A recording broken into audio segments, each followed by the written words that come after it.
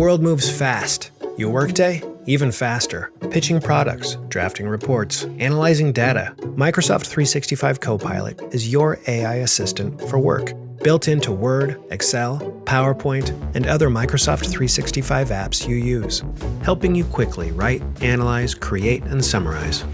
So you can cut through clutter and clear a path to your best work. Learn more at Microsoft.com/M365 Copilot. For the News and Observer, I'm Dawn Vaughan, Capitol Bureau Chief and host of Under the Dome. Today, I'm joined by politics reporter Kyle Ingram and politics editor Jordan Schrader. Jordan is our behind the scenes, a lot of times, politics team leader who reads and edits all our stories. And he, like everyone listening to this, is going to have a busy week because it is crossover. So crossover, basically, it's this, what it sounds like, that a bill needs to pass before crossing over to the other chamber at the General Assembly. Crossover deadline is Thursday, May 8th. It's just self-imposed by the House and Senate. And there's some wiggle room about like what it really means that we'll talk about later. But essentially, if a lawmaker who sponsored a bill wants their legislation to be considered the rest of this session or next session, since the legislative sessions last 2 years, it needs to pass by Thursday night. So let's back up. And Jordan, of everyone here at the table as we're recording, has been here the longest and has worked through several crossovers. And what does this really mean schedule-wise, bill-wise, kind of big picture? Yeah, I mean, it's important that they have something like this because you wouldn't want this to all happen at the very end of session where just every single bill that's ever been filed can come up, and it sort of can. We can talk about that. But this at least provides a mechanism that gives leaders a way to say no to people and to say, nope, that didn't pass crossover deadline, so we're not going to consider that. So this sort of is a halfway mark that allows it to kind of cull down the bills and kind of shrink the number that might be eligible toward the end. So in that sense, it sort of makes sense. But it's also historically been a time when you can have late nights and sudden surprises and things introduced all of a sudden and problems with transparency, just like you can kind of at the end of sessions. So, there's definitely some issues there that with the crossover deadline. But yeah, it's going to be a busy week. Do you think it's different depending on who the governor and leaders are, just seeing how like Republican control now with Governor Stein might be different than what they would do when Cooper was in office or the previous governors? Or is it really more of a inner, House versus Senate type of? Yeah, I mean, I think you quoted someone in your story saying that it's kind of not as chaotic as it used to be. And I think that's true. So under the current leadership, it does seem to be a little bit calmer. It doesn't seem to be as much of a last flurry of bills. But we can talk about how that's partly because there's so much power at the top and they can kind of do whatever they want in the end. And if they don't get something passed through this deadline, they can always come back to it. Well, and while we're used to disputes between the House and Senate, at least the caucuses themselves within each chamber of Republicans have appeared to be a pretty much united front this session and sessions in past. So when you're only dealing with crossing over within that one chamber, I just don't think we're seeing as much disagreement. I have the quote up from one of those people at the top, Senate President Pro Tem Phil Berger, who's been in office for a while. And we asked him about crossover and what to expect in the Senate. And he said, when I first got here, crossover, it was almost like the last day of session with things popping up at the last minute and that sort of thing. But I think it's going to be fairly orderly next week, Berger said about this week. Now, you need to remember that Berger is the one that actually, controls us, not entirely by himself. Of course, rules Chair Rabin and the rest of the caucus. And then the rest of his quote was that bills already heard in Policies Committee are, quote, in the field of things that are possible, which is Berger speak to give us here are things that can happen, and then what we don't know are, unknown unknowns as far as of how that could play out. What's different in this session, too, is that former Speaker Tim Moore, he was a little looser with schedules and calendars. I think that people have noticed that over the past decade, and a lot of reasons why things, drug out or didn't was what Moore, and then leading, obviously has a more unruly caucus than the Senate as far as his scheduling. But new House Speaker Destin Hall is also a new dad. He is someone that's following schedules a little more. And what he told reporters this past week is that he doesn't want to go past 9 p.m., which is late for, most people, if government workers get off work around 5 or so, then that's later. But he's hoping to only do that if you're listening to this on Tuesday, tonight, and then Wednesday night, and maybe no House session at all on Thursday, where in the Senate, they're going to have session today, Tuesday, and then also Wednesday and Thursday. So looking back, I listened to one of our podcasts from the last crossover, which is every 2 years because it's during the long session. In 2019, which was I was about a month into covering state government, private school voucher expansion was a bill that passed the Senate during crossover. So a lot of these topics, and Lumbie's recognition was a bill, are things and that was 6 years ago now. So things that haven't passed yet will come up again. And then in 2023, the big news of crossover week was SB 20, which was the abortion bill. And I'd say arguably the biggest news at the legislature that entire year. I mean, I don't know if you all think that's... That and Tricia Cotham, for sure. That was that year, right? I believe so. Yeah. Mixed up. That was maybe a month before. It was a crazy time. It really was. So I don't know if things will be quieter this year. So one other thing we could look at is how the debate strategy will be different. Senate Democrats have kind of changed what they've done, not just because former Leader Blue and other Democrats have voted with Republicans on some bills. That's something that happens every year. Of course, Blue's a big name, so that's something to watch how he'll vote on these bills. And then also new Senate Democratic leader Sidney Batch, the way that the caucus has been debating has been a little bit different. Kyle, you sat through some of these where that's the writing the amendments. Maybe that would have been a better question for Avi. I think on the concealed carry bill. So with how they will run a longer, bigger series of amendments to just bring out the debate, or at least have Republicans talk about it. Well, one thing I have noticed is that this session, compared to other sessions, it feels like there's a lot more debate happening even outside of the chamber floor. I mean, both parties have been using social media a lot more this session, and very aggressively on both sides. I mean, they're posting clips making fun of each other. They're quote tweeting each other, getting into Twitter fights, which is something I feel like we didn't really see in the 2023 session, but has really ramped up this time around. I feel like that's maybe House Speaker Hall has been really into his videos where they where he talks about whatever, and then they have a House member. I think they did that already. Maybe use of social media is a little bit different. I guess that's their different strategy. So he's a new dad, and he can also follow a schedule and do social media. This is blowing my mind that and I couldn't even drive a car when I was a new dad. I was so tired.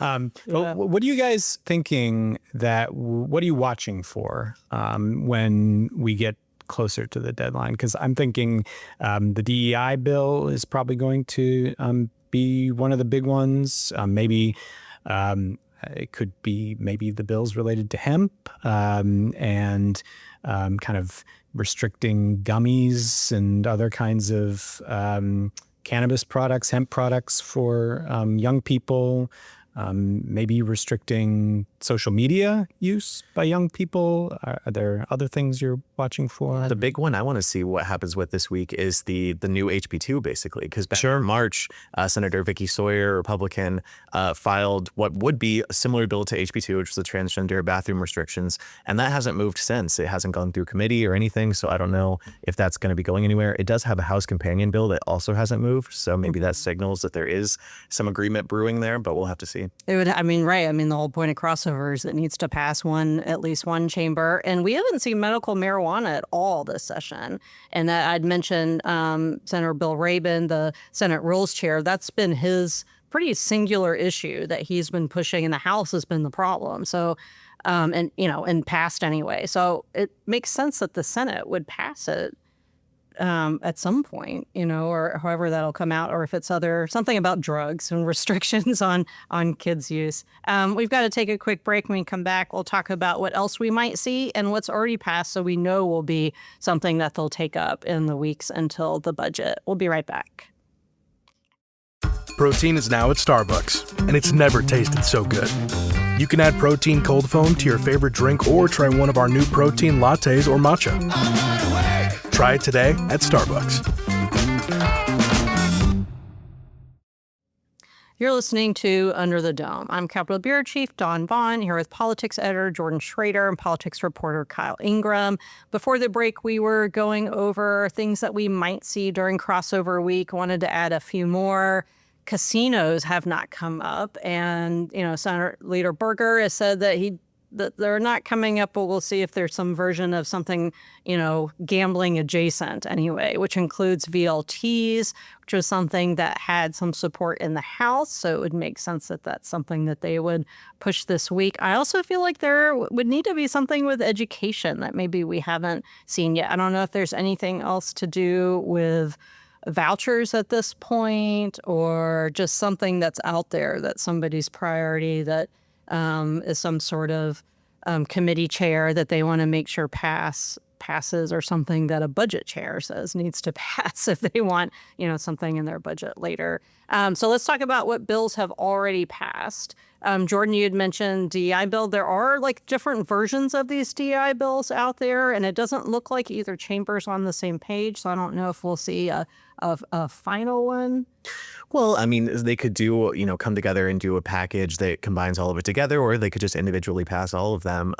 The Senate has passed 2 DEI bills, both dealing with education. So they passed one dealing with K through 12, one dealing with higher ed, and they're all about sort of restricting the instruction on what they call divisive concepts. And these are mostly drawn from back, remember when there was a period where Republicans in the legislature were talking about critical race theory a lot, and they tried to advance bills dealing with divisive concepts. A lot of it's the same language. It's the same language, pretty much word for word. And so the Senate passed those, and then the House just last week passed its own DEI restriction bill dealing with state and local governments. So going through different agencies and saying that they can't, promote any sort of DEI initiatives or use state money to fund DEI initiatives, that sort of thing. So there could be a big compromise putting all of that together at some point, or they could just go through with each of them individually. Mm-hmm. Other bills that have passed are around the state auditor and powers for Dave Bullock. There's a bill that didn't end up, we thought would pass the House on Thursday, that Hall said would come up, I believe today, if you're listening to this on Tuesday in the House session, about exempt employees. Kyle, you've been paying a lot more attention to Bullock. This doesn't have to do with his Board of Elections appointments, but it's about his employees. Right. Well, so this bill, it's called Clarify Powers of State Auditors, and it would do several things, but one of the ones that's gotten the most attention is that initially it would have made every employee of the state auditor's office exempt from the State Human Resources Act, which allows the political figurehead at the top of the agency to have a lot more freedom in hiring and firing people. Sort of all of these merit-based protections that went into civil service a while ago are supposed to, prevent political appointees, or he's not an appointee, but political figureheads from making political hiring decisions. And an earlier version of the bill would have made everyone in the office exempt from that State Human Resources Act. But the way that it's been amended since then is that any new employees starting in July would be exempt, and current employees would be given the chance to become exempt if they choose to do so.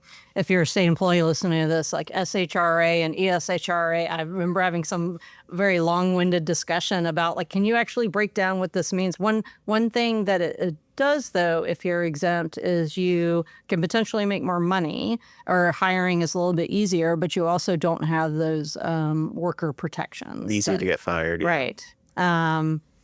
Anything else that that's passed that'll come after, or things that you all think will come up this week? Well, in terms of what's already passed, I believe concealed carry of handguns is something that's out there. that passed. Although I'm doubting myself now since you guys corrected me on the DEI bill. No, it did pass the Senate. Everybody needs an editor. Immigration bills, right? Immigration has passed. And then in terms of what's still out there, our colleague Avi Bajpai just wrote about the bill that's attempting to restart the death penalty by allowing very old methods of execution like firing squads and the electric chair to resume or start in North Carolina. This would not necessarily restart the death penalty executions immediately because there are a lot of different legal issues surrounding the death penalty, some of them related to lethal injection, but some of them related to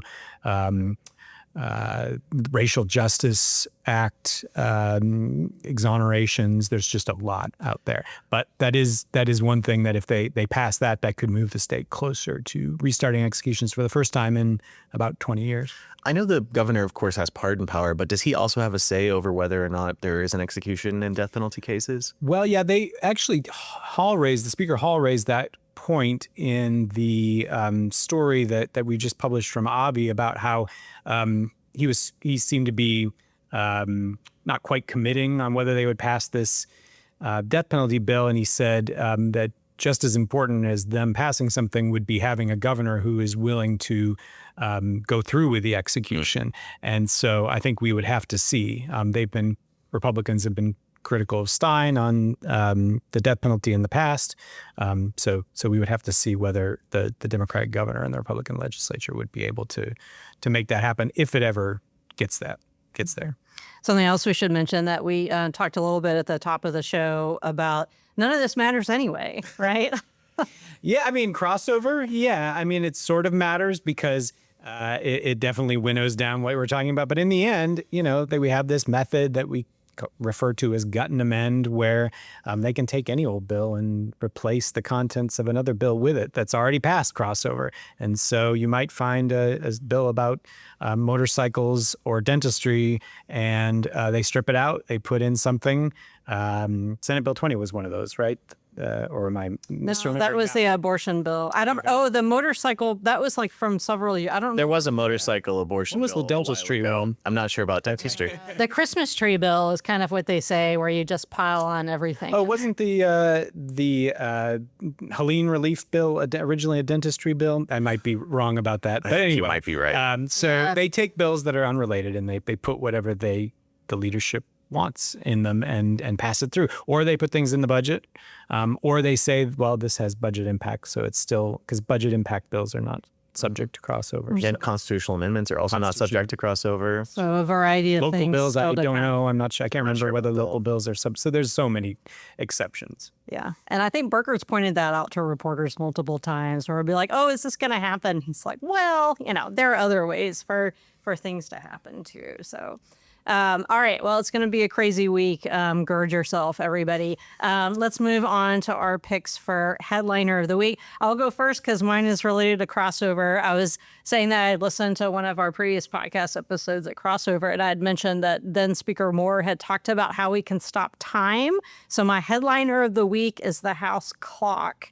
And if you're ever on the House floor, you don't notice it. If you're on the House floor, like where the speaker is, or on that side of the room, if you look, there is a clock in the back. And it's sort of on that, like half ceiling where the balcony of the gallery is. And there is some sort of mechanism up where the speaker stands where you can stop the clock if you want. And it'll feel like time is standing still this week. So that's my headliner. Kyle, what is your headliner of the week? Mine is that the conclave to elect a new pope begins this week. Didn't used to be something that I knew anything about, but I think like a lot of people, I saw the movie Conclave last year and I was like, whoa, this is actually really fascinating. I'm not sure how accurate everything in that movie was, but I think it does seem like a really interesting process. I haven't watched it yet, but I kind of want to. There's a lot of pomp and circumstance there with the smoke and everything. And the Pope has to get a supermajority, like overriding a veto in the legislature. Religion and politics, there are similarities. Oh, yeah. Yes. And then now anyone with the magic of AI can make themselves the Pope. Apparently. Hopefully not. Maybe even a woman Pope. No, just kidding. I know they're not going to do that.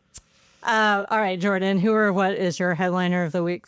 Well, this is fresh in my mind because I'm in the PTA at my son's school and just had to go pick up a donation of some food. So teachers are my headliner. It is Teacher Appreciation Week. Got my family's full of teachers, so I just appreciate my kids' teachers and all the other teachers around.